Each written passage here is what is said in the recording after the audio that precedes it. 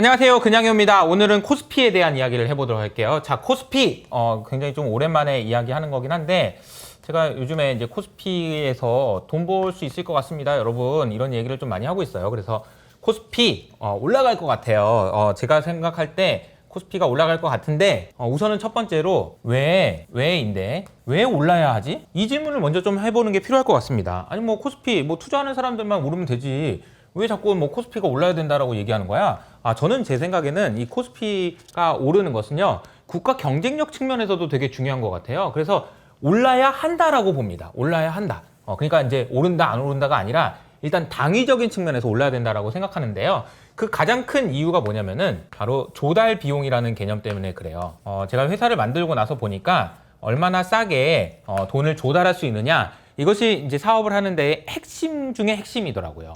얼마나 싸게 돈을 조달할 수 있느냐. 그래서 제가 예를 한번 들어보도록 하겠습니다. HS 아카데미라는 회사가 있어요. 이 회사가 기업 가치가 기분 좋게 한 1,000억 원 정도 된다고 할까요?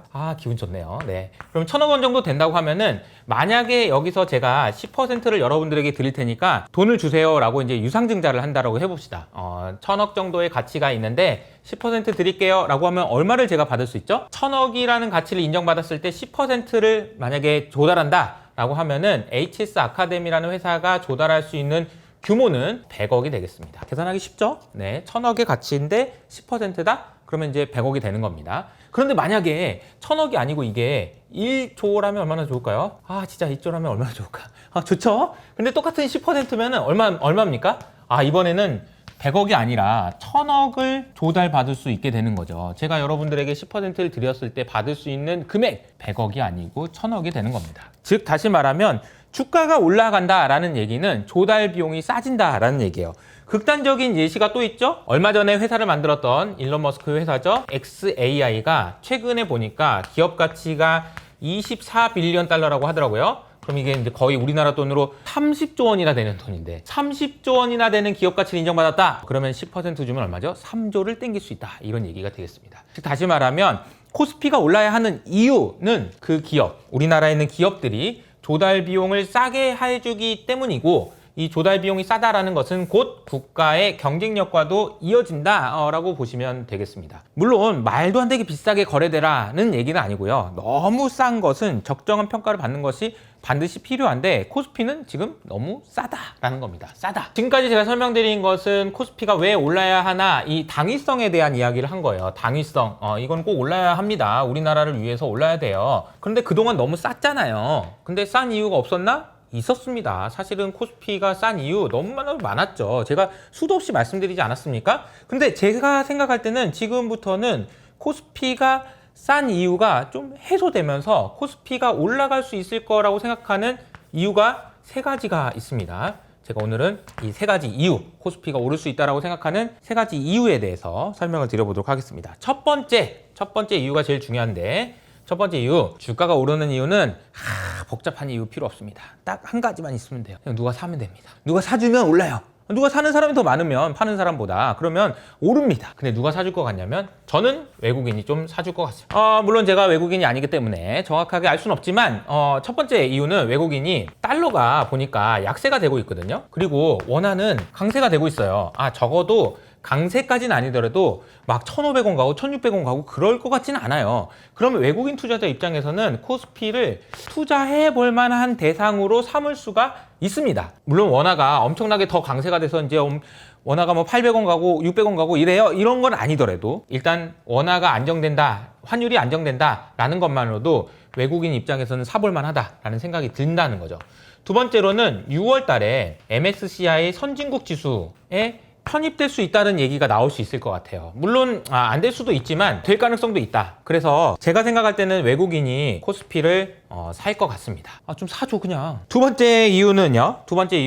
제가 이 말씀을 좀 드리고 싶어요. 주식이라는 건요, 한마디로 말하면은 금융 자산이거든요. 자산이라는 것은 미래에 나에게 경제적 이득을 가져다 줄 것으로 예상되는 리소스다, 이렇게 정의를 하는데, 그 중에서 이제 금융 자산이다 이렇게 하면은 이거는 어떤 의미가 있냐면요, 주식은 결국 계약이다라는 의미가 있습니다. 하나의 계약인 거죠. 여러분 생각해 보세요. 여러분이 삼성전자 주식을 샀어요. 그러면 그만큼의 계약을 삼성전자와 하는 걸 의미합니다. 채권을 사는 것도 마찬가지예요. 주식을 사는 것, 파생상품 모든 것은 다 계약입니다. 근데 이 계약이 가치 있기 위해서 반드시 필요한 건 뭐냐면요. 바로 재산권이라는 개념이에요. 내가 이걸 샀을 때, 와, 이거 내 거다. 와, 확실히 이거 내 거 맞네. 라고 생각할 수 있는 무엇인가가 있어야 된다는 거죠. 근데 이것을 설명드리기 위해서는 제가 옛날 이야기를 좀 해야 돼요. 1960년, 70년대에 우리나라에 처음으로 주식시장이 생겼을 때 이야기입니다. 당시 박정희 대통령이 주식시장을 만들려고 기업들한테 가가지고 야, 니네 좀 상장 좀 해라. 우리로 따지면 지금 이제 IPO가 되겠죠? IPO 좀 해. 야, 기업들이 뭐 이것밖에 없어. 야, 니네들도 하고, 너 재벌, 니네들도 해. 이렇게 이제 명령을 했다라고 합니다. 근데 이제 기업들 입장에서는 그거 상장하면 뭐가 좋은데요? 아니야, 상장하면 네 배당도 많이 줘야 되고 경영과 관련된 것들을 결정할 때마다 주주들한테 다 보고도 해야 되고 막 그래. 상장하면 그런 거야 원래 임마. 이렇게 이제 이야기하니까 기업들 입장에서는 아니, 내가 왜 합니까? 이렇게 이야기할 수밖에 없는 거죠. 왜냐면 내가, 굳이 나 그냥 상장 안 해도 잘 살고 잘 먹고 있는데 뭐하러 상장을 합니까? 이렇게 되다 보니까, 박정희 대통령 입장에서는, 야, 그래, 그러면은 내가 좀 완화해줄게. 소액주주들한테 좀 내가 뭐라고 하는 거 좀 조용히 하라고 하고, 니네들이 좀 적은 지분을 가지고도 니네 회사 이제 지배할 수 있도록 내가 좀, 알았어. 일단 조금 봐줄 테니까 일단 들어와! 이렇게 이야기를 하면서 시작된 것이 주식시장입니다.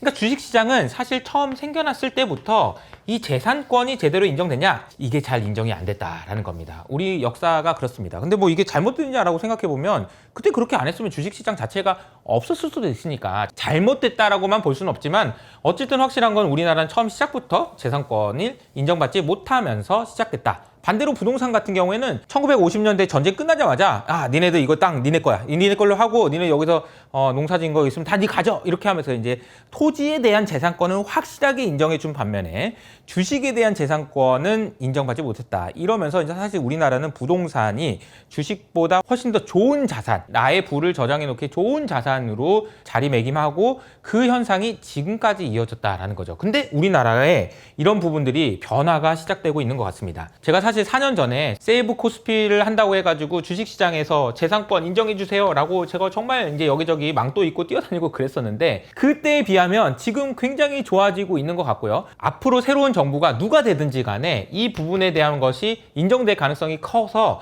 저는 코스피가 올라갈 수 있다라고 생각을 합니다. 세 번째 이유가 또 중요할 텐데요.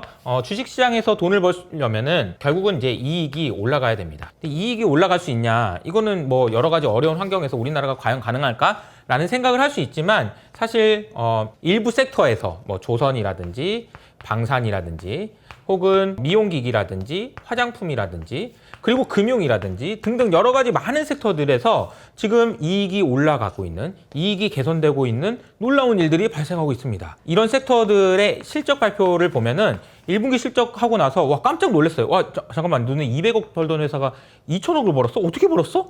이런 깜짝 놀라는 서프라이즈가 계속 이어지고 있다는 거죠.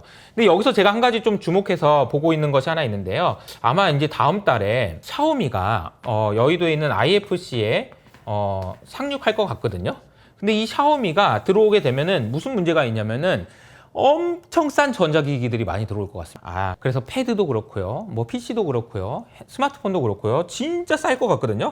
그래서 많은 사람들이 와 이거 너무 싼데? 이거 대륙의 실수가 이게 아니고 이게 진짜 완전 대륙의 성공이 돼가지고 들어왔네? 라는 이야기를 할 것 같고 이렇게 되면은 우리나라에 있는 삼성전자나 LG전자나 다른 여러 가지 대형주들의 실적은 안 좋아질 것 같습니다. 이렇다 보니까 중국과 경쟁하는 많은 대기업들의 주가는 안 좋은 방면에 이익이 좋아지는 이런 섹터에서는 긍정적인 영향을 줄 수 있어서 주가가 지금부터도 계속 올라갈 수 있는 여지들이 충분히 있다라고 생각할 수 있다는 거죠. 자 그러면은 지금까지 코스피가 왜 올라야 하나, 왜 올라야 되는지 이 당위성에 대한 이야기를 했고 그리고 제가 올라갈 수 있는 세 가지 이유를 설명드린 거는 외국인이 살 것 같다. 좀 사라 좀. 주식이 가진 재산권을 인정받을 수 있을 것 같다. 그리고 물론 모든 섹터가 다 그런 건 아니지만 주요한 섹터들 중심으로 이익이 올라가는 견고한 성장이 일어날 것 같다. 이런 세 가지 이유를 말씀을 드렸습니다. 그럼 이제 세 번째로 제 생각에는 이제 그 코스피가 오를 수 있다라고 생각하는 것이 있고요. 두 번째는 코스피를 올릴 수 있는 방법이 있습니다. 제가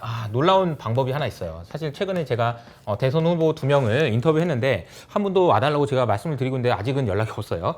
두 분을 인터뷰하면서 제가 이제 말씀드렸던 게 있습니다. 국회의원 분들 분들에게 월급을 코스피 ETF로 주시면 안 돼요? 라는 말씀을 좀 드렸습니다. 네, 이거 되게 중요한 이야기라고 생각합니다. 왜 그러냐면은 이런 거죠. 사실 아까 제가 말씀드렸던 이 재산권이 주식시장의 재산권이 인정받기 위해서 필요한 건 뭐냐면요.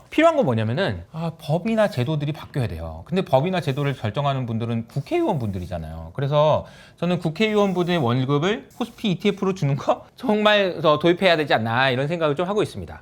그리고 또 이것뿐만 아니라 저는 이런 생각을 한번 해볼 수 있는 것 같아요. 우리나라 지금 출생률이 굉장히 문제잖아요. 출생아에게 코스피 ETF를 주는 거죠. 예를 들어서 이렇게 생각해 볼까요? 출산율을 높이기 위해서 지금 정부에서 돈을 진짜 많이 쓰고 있다고 하는데 10% 20%만 그 출생한 그 아이에게 주식 계좌를 만들어서 ETF를 1,000만 원, 2,000만 원어치를 주는 거죠. 그리고 이 아이가 대학 갈 때까지 혹은 20살이 될 때까지 못 팔게 하는 겁니다. 자, 그럼 여러분이 부모라고 생각해 보세요. 그럼 어떤 생각이 들까요? 야, 코스피가 오르기만을 진짜 바라지 않을까요?